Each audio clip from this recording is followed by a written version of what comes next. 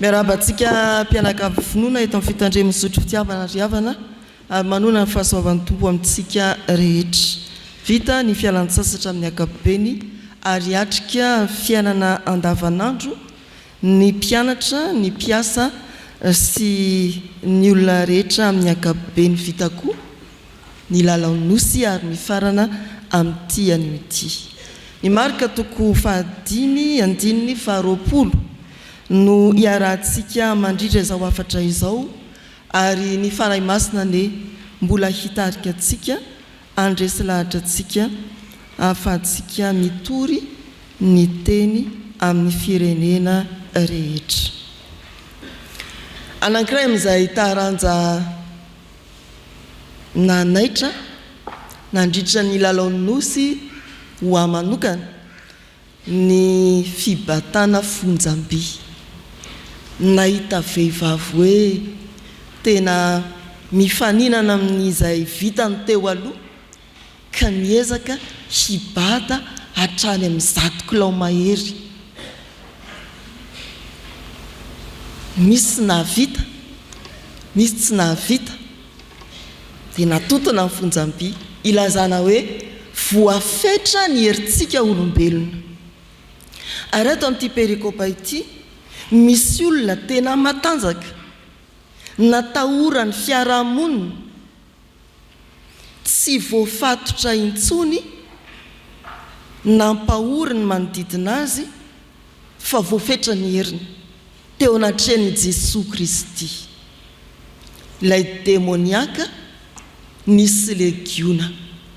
Ny legiona riavana dia fitambarany miaramila vatan-dehilahy mihoatra ny 9,000 ary amiteny le demoniaka hoe legiona no anarako dia milaza zany fa demoniaka anarivony, demonia anarivony no tao anatin'ity lehilahy ity.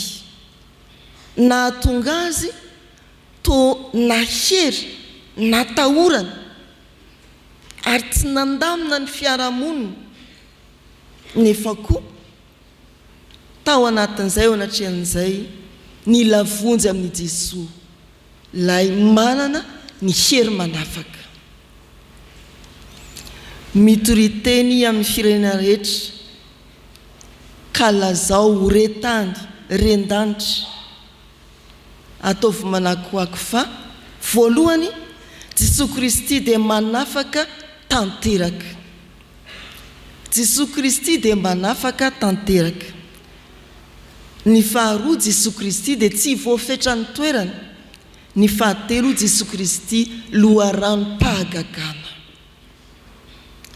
Ny hoe mitory teny riavana dia mitsangana amin'ny toerana avo ary manao antsoavo tsy menatra miteny. Zay ny lazana amintsika hoe torio Jesosy Kristy ataovy antsoavo retany rendanitra hanakoako fa izy no mpanafaka tanteraka. Izy tsy voafetra ny toerana, izy dia loharano ny fahagagana. Jesosy Kristy dia manafaka tanteraka. Raha mamaky ny tantaran'ilay demoniaka eto amin'ny marika toko fahadimy isika manomboka ny amin'ny andininy voalohany hatreo amin'ny fahadimy dia mandingana ary makeo amin'ny andininy fahadimy ambin'ny folo. Ny famaritana n'ity demoniaka ity dia lehilahy anankiray izay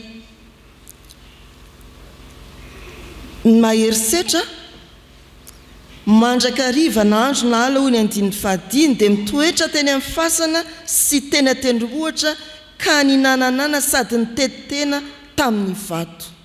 Ny andin'ny fahadimy ambin'ny folo zao ny voasoratra nahita ilay demoniaka izay nisy ny legiona fa indro izy nipetraka ny tafilamba sady arisaina ka raiky tahotra ny olona.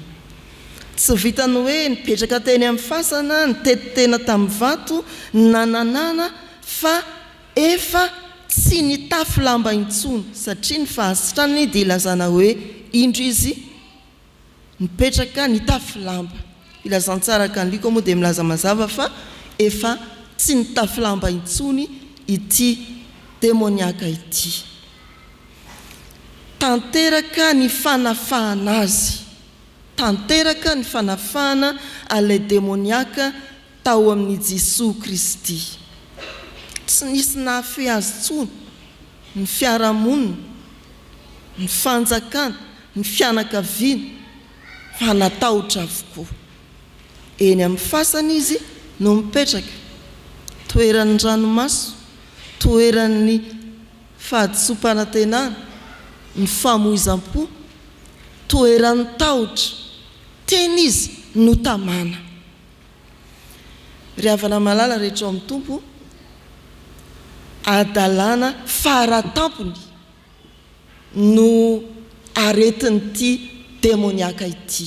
Fikorontanana teo amin'ny fiainany manontolo, manomboka amin'ny fikorontanan-tsaina.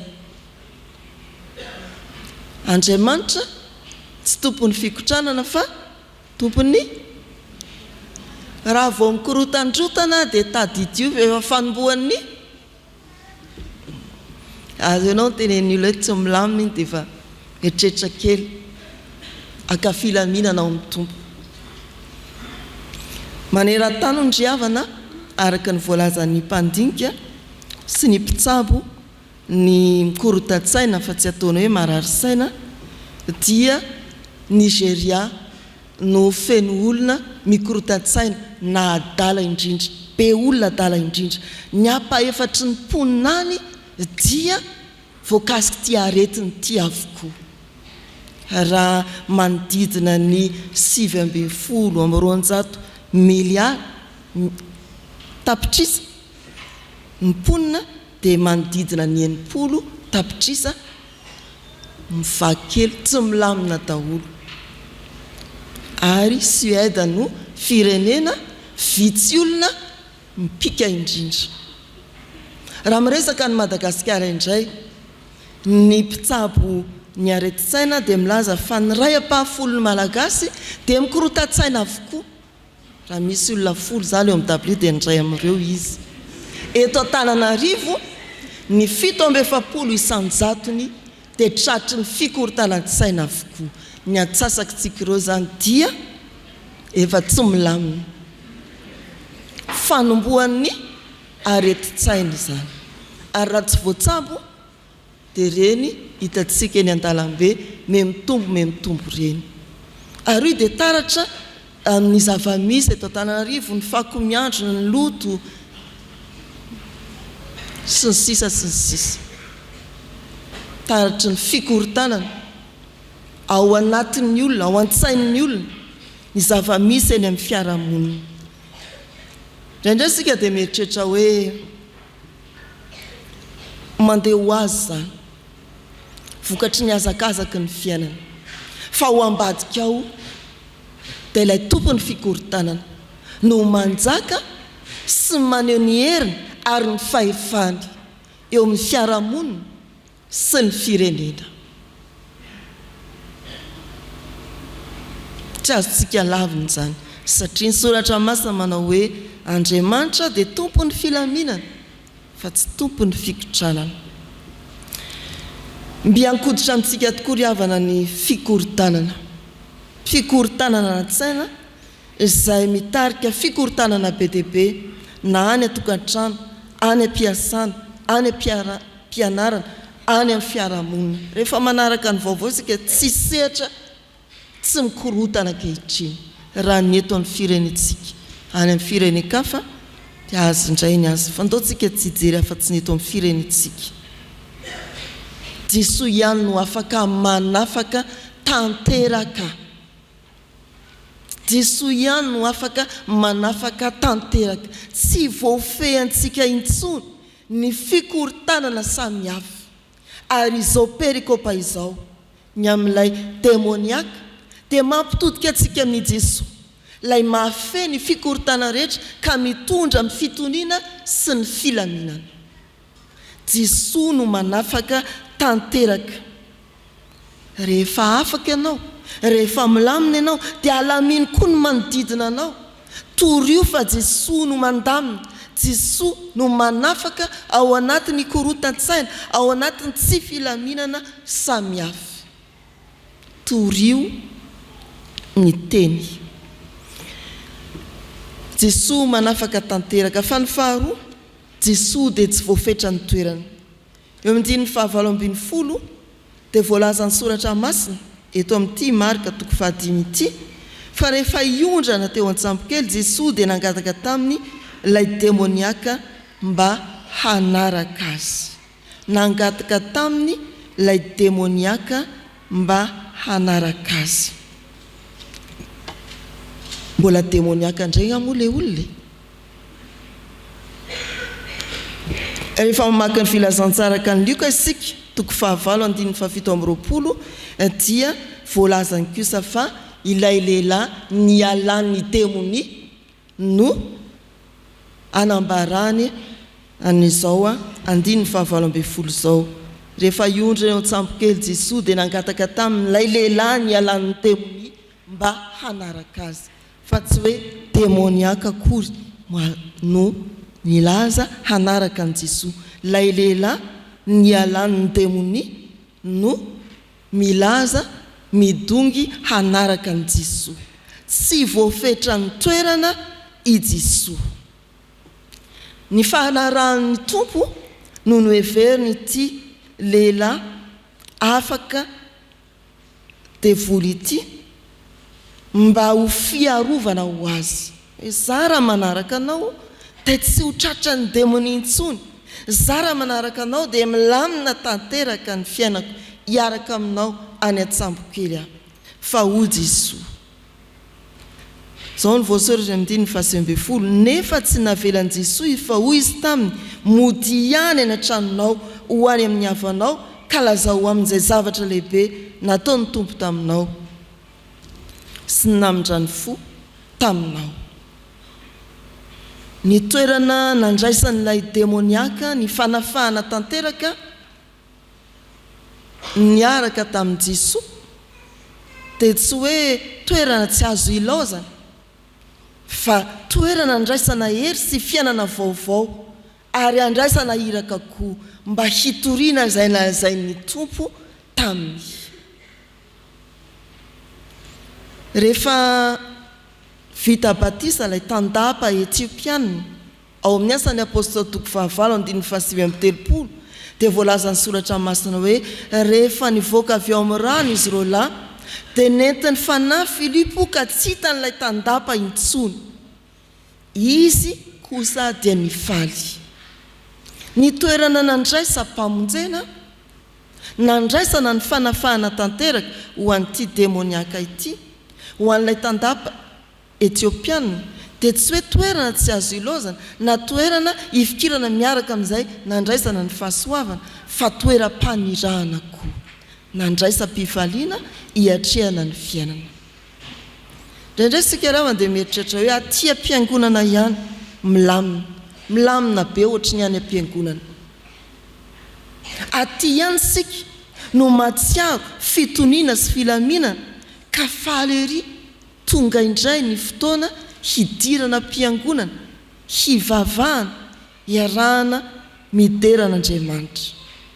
Fa tsia nandray ny fanafahana tanteraka isika amin'ny fotoana tahaka izao ary hody any an-trano hitory ny teny, hitory izay nambarany Jesoa taminao, hilaza izay nataony Jesoa taminao. Voavela ny eloko, voavonjy aho, noraisiko ny famonjena. Ory zareo nareo moa dia tsy nandeha, nefa za nandray famonjena, za nitononona tamiko ny famelan-kelo. Faly aho. Tsy voafetra ny toerana ry havana i Jesoa Kristy. Nisy toerana anankiray nandraisanao fahasoavana tao amin'ny Jesoa, fa teo amin'izany toerana izany koa ianao no irahany mba hilaza ny fahasoavana noraisinao tamin'ny Jesoa. Ambarao fa Jesoa Kristy dia tsy voafetra ny toerana fa mahenika ny tanàna ary mahasehaka ny fiarahamonina sy ny firenena rehetra. Hoy ny Salamo 5:30 na dia any amin'ny fiaina tsy hita aho dia any ianao, na any ambany ranomasina aza indrombola any ihany ianao. Jesosy Kristy dia loharano ny fahagagana.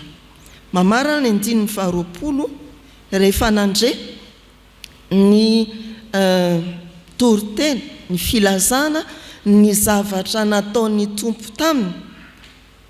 Ireo mpiaramonina tany Dekapolisy, atao hoe tanàna 10 ny Dekapolisy, dia gaga ny olona rehetra. Jesosy Kristy loharanony fahagagana. Vao nanomboka ny asa ny Jesosy ka nampianatra, dia ambarany soratra masina hoe gaga ny olona niaino azy, fa fampianarana misy fahefana ny fampianarana. Namaky soratra masina fotsiny azy izy ao amin'ny Luka 4:4, dia ambarany soratra masina fa talanjona izay rehetra nandre ny vaky teniny. Dia betsaka ny fahagagana nataon'i Jesosy anisany ny fanafahana tanteraka n'ilay demoniaka voalaza eto. Rehefa mandeha amin'ny fiainana andavanandro isika, dia misy gaga amintsika. Gaga izy satria tsy anao maly intsony ianao androany. Gaga izy satria tsy anao hitany tamin'ny ray volana intsony no mifanena aminy androany. Tena niova ianao, afaka tanteraka ianao. Ry ambarany soratra masina koa fa gaga ny mpiarabelona aminao, fa tsy miara-miazakazaka amin'ny intsony amin'ny fanao ratsy sy mahazatra na matotra ianao. Loharam-pahagagana ry havany Jesosy. Fa indraindray koa mivavaka isika, fa gaga ny olona tsy misy fiovana mihitsy ianao. Zay tsy fahagagana avy amin'ny Jesosy zay. Mahagaga hoe mivavaka eto ianao nefa tsy misy fiovana mihitsy ny fiainanao. Tsy avy amin'ny Jesosy zany, fa ny fahagagana dia hoe tena niova ianao. Afaka miteny hoe taloha zany. Raha misy ilo amin'ny Kristy dia olom-baovao izy. Zay fiovana mahagaga izay dia avy amin'ny Jesosy. Jesosy Kristy loharano ny fahagagana.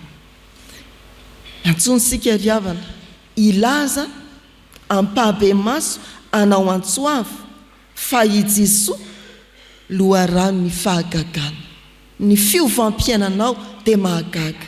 Ny fifalianao vokatry ny famelan-keloka anatolotry Jesosy, fanasitrana ny fananao mba hilamina dia mahagaga. Jesosy Kristy loharano ny fahagagana.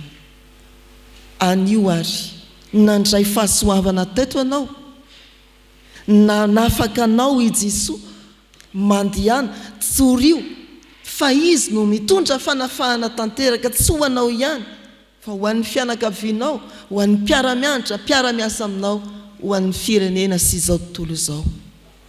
Mandihana torio ampahabe maso, ataovy antsoavo, fa Jesosy Kristy tsy voafetra ny toerana, tsy voahity ato anatin'ny rindrina efatra ny fiangonana. Maniraka anao izy, modia any amin'ny fianakavianao. Mandihana torio fa Jesosy Kristy dia loharano ny fahagagana. Fahagagana izay maneho ny fiovana, tsy azo eritreretina, zany hoe demoniaka ka lasa ny lamina, afaka ny toriteny, afaka ny tety tanàna. Nanambara ny vitan'i Jesosy taminy. Loharam-pahagagana i Jesosy mba ho gaga ny olona mifanena aminao satria olona afaka ianao, mba ho gaga ny olona mifanena aminao satria miaraka amin'ny Jesosy dia tsy voafetra ny toerana ianao. Ho an'Andriamanitra ny voninahitra. Amen.